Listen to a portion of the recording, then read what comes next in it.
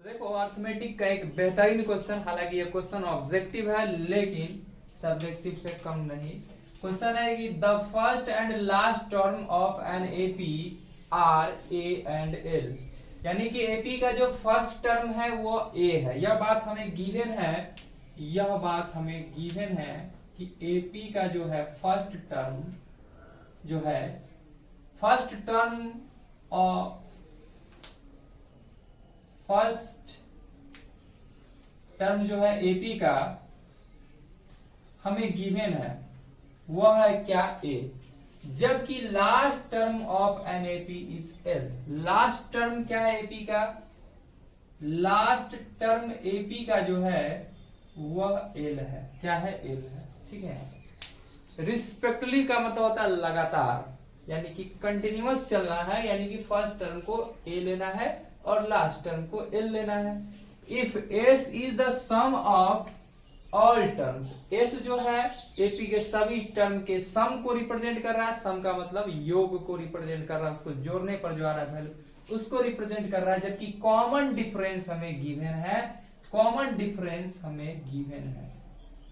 Common difference जो है AP का वो हमें गिवन है, वह है L square minus a square divided by k minus l plus ए। इतना खतरनाक इसका कॉमन डिफरेंस है, तो एपी का सम निकालना तो बड़ा खतरनाक माना जाएगा। हमें निकालना है एपी के सम को, जबकि एपी के सम को यहाँ रिप्रेजेंट किया गया है एस से ना, और फर्स्ट टर्म को ए से, लास्ट टर्म को एल से रिप्रेजेंट किया गया है। और हम लोग खूब पढ़े फॉर्मूला एल के लिए, लास्ट टर्म के लिए, कि l is equal to formula क्या होता है, एल को एन भी कहते हैं, तो l is equal to formula क्या होता है, a plus n minus one into d. जबकि डी के जगह पर क्या है, कॉमन डिफरेंस की जगह पर है L square minus a square divided by k minus l plus a. ये है तुम्हारा क्या चीज, कॉमन डिफरेंस। तो क्वेश्चन ये उठता है तुम लोग के मन में कि एल के लिए फॉर्मूला क्यों लगाया। तो हम लोग एसएन निकालना है, एपी के सम निकालने हैं, तो एसएन के लिए फॉर्मूला हम लोग पढ़ के आए हैं, वो फॉर्मूला खुद लिखोगे पता चलेगा। Sn is equal to formula होता है n by two into two a plus n minus one into D.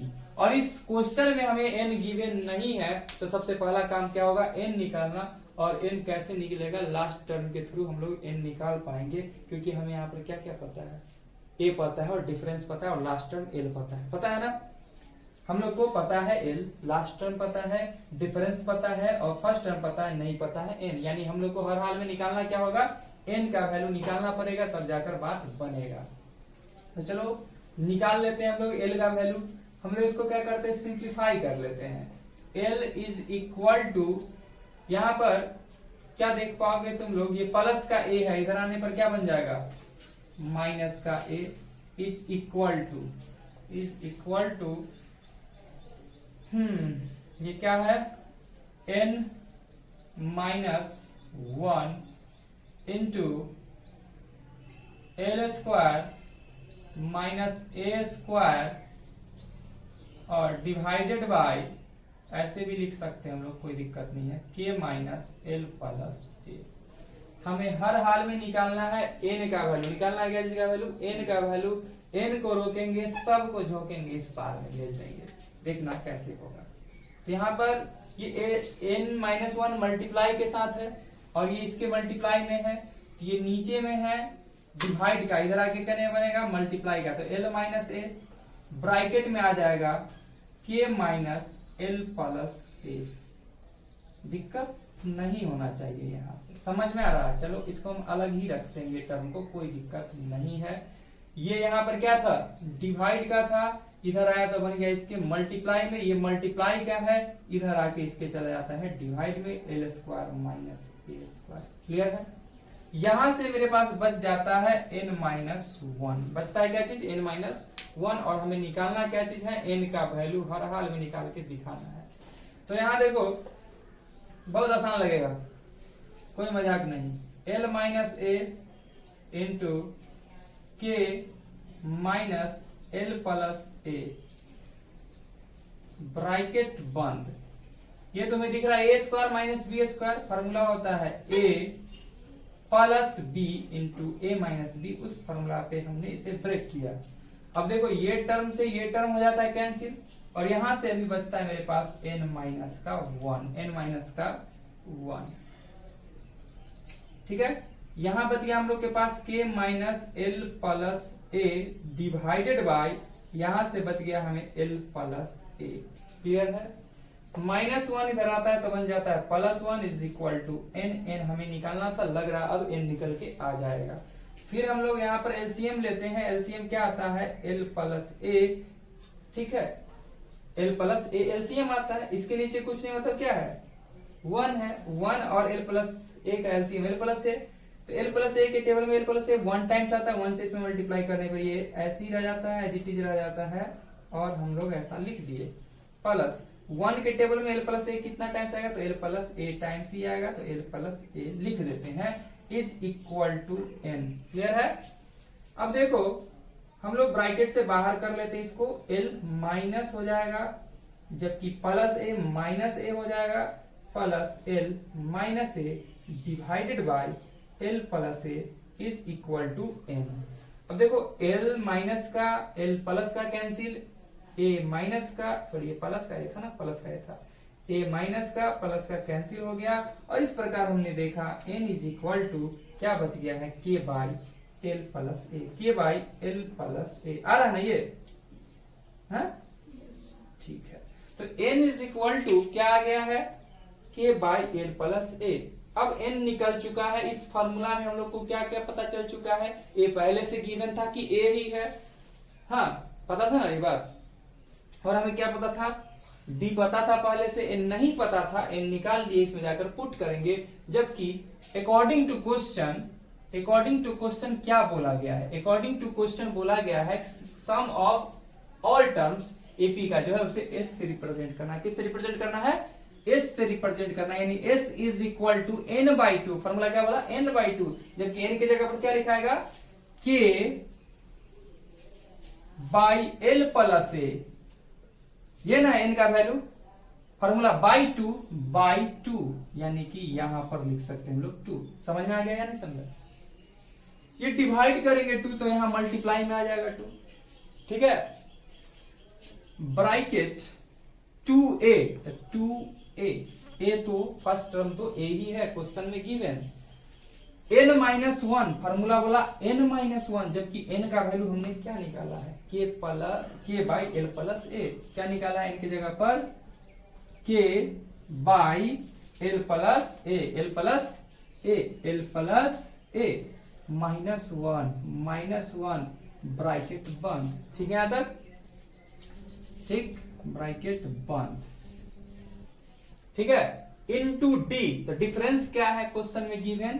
Difference है L square minus a square divided by k minus l plus a, bracket बंद।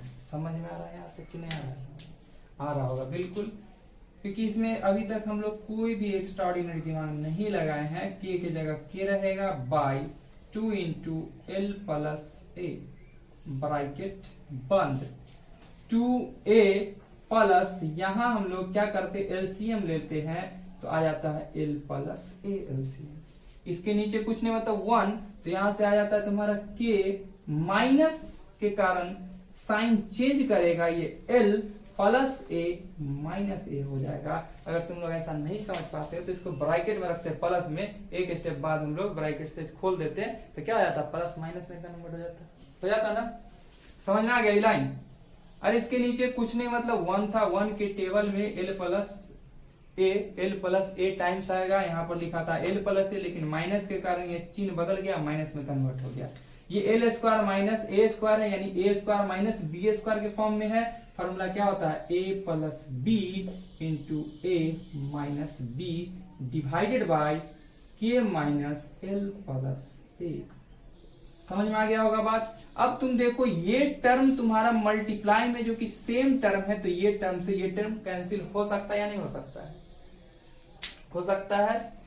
ठीक, अब देखते जाओ, s is equal to k by 2 into l plus a bracket बंद 2a plus यहां से है के माइनस एल माइनस ए, बच गया है बस यही, डिवाइड में बचा है 1, ठीक है, इनटू में बच गया एल माइनस ए, आई इसके होल डिवाइड में हम लिख सकते हैं के माइनस के कारण चिन्ह हो गया minus l minus plus minus a. अब ये टर्म और ये टर्म सेम हो गया, कैंसिल, समझ में आ गया, ठीक है, यहां ब्रैकेट छूट गया था। तो s is equal to k by 2 into l plus a bracket बंद, और यहां से तुम्हें बचा है 2a प्लस एल माइनस ए। समझ में आ रहा है? This implies s is equal to k by 2 into l plus a. अब देखो यहां से तुम्हें बच गया है l, 2a में से a गया तो बच गया a। अब ये टर्म से ये टर्म हो जाता है कैंसिल, यहां से आ गया है s is equal to k by 2। So क्या बोल सकते हैं, क्या बोल सकते हैं, k is equal to divide का 2 मल्टीप्लाई का 2 यानी कि 2s। k का वैल्यू क्या आ गया, 2s आ गया है। और हमें निकालना भी था कि इसमें k किसके इक्वल है, तो k किसके इक्वल है, 2s के इक्वल है। उम्मीद करते हैं समझ में आ गया हो, तो इसको कर लो नोट।